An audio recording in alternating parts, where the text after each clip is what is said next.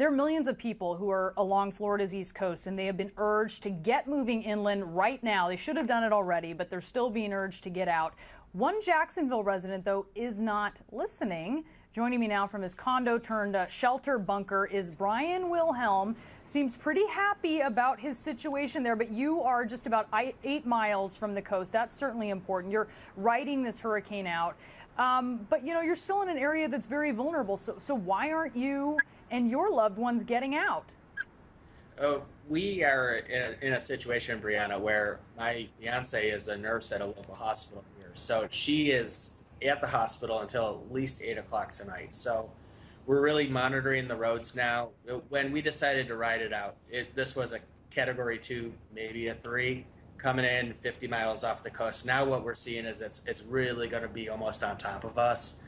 So minute by minute, we may actually end up cutting out of here 10 o'clock tonight, just depending on traffic. The last thing we want to do is be stuck on the road, though. Certainly. So you were ready for a Cat 2, a Cat 3. This is looking like it could be a strong Cat 4. If you do not, are you leaning towards cutting out, or is there a possibility you stay? And if you stay, what are you doing for precautions?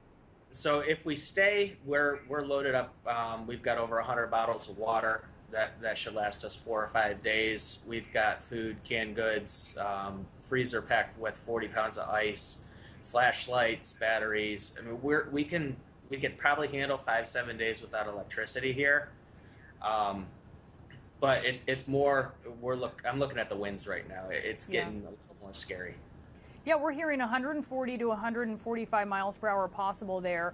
And how many people are in your position where they are planning to stay around you, or is it really just you there in your neighborhood? There's a full parking lot here. Okay.